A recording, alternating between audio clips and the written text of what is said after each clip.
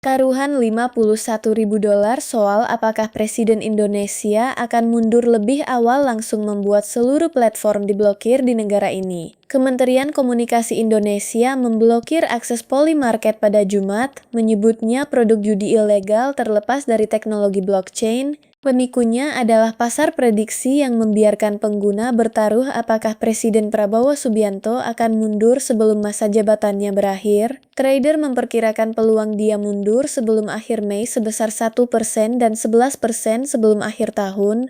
Direktur Jenderal Alexander Sabar mengatakan pemerintah tidak akan memberi ruang bagi judi online dalam bentuk apapun di Indonesia. Polymarket kini diblokir di lebih dari 30 negara secara global, mencerminkan tindakan keras yang meluas di Asia. Taiwan, Thailand, China, dan Jepang juga membatasi platform ini.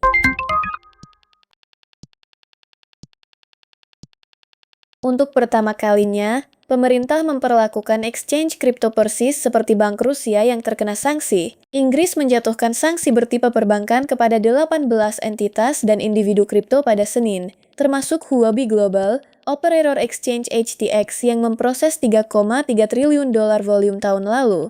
Sanksi menyasar jaringan yang diduga membantu Rusia menghindari pembatasan Barat dan membiayai perang di Ukraina. Pusatnya adalah jaringan pembiaran A7 yang menurut otoritas memindahkan lebih dari $90 miliar tahun lalu lewat HTX dan Garantex yang sudah ditutup. Inggris menerapkan regulasi 17A dari rezim sanksi Rusia, aturan yang sebelumnya hanya untuk bank tradisional. Lembaga keuangan Inggris kini wajib membekukan dana dan melajak transaksi blockchain berlapis.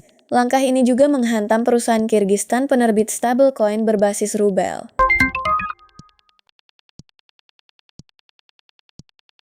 Perusahaan yang bilang ke investor akan mengurangi pembelian Ethereum baru saja melakukan pembelian terbesar tahun ini. Bitmain menggelontorkan $237 juta untuk Ether minggu lalu, menambah lebih dari 100.000 koin ke neraca dalam satu transaksi. Pembelian ini menaikkan kepemilikan meluati 5 juta Ether, mencakup 4,4% dari seluruh Ethereum beredar. Tom Lee menyebutnya peluang menarik dan masih memperkirakan super cycle kripto didorong tokenisasi Wall Street dan AI agentic. Keyakinan ini muncul setelah Lee mengisyaratkan perusahaan bisa melambat untuk tidak meluati ambang 5% terlalu cepat. Bitmain staking hampir 5 juta koin lewat platformnya sendiri, menghasilkan estimasi $276 juta per tahun dari hasil staking. Subscribe sekarang!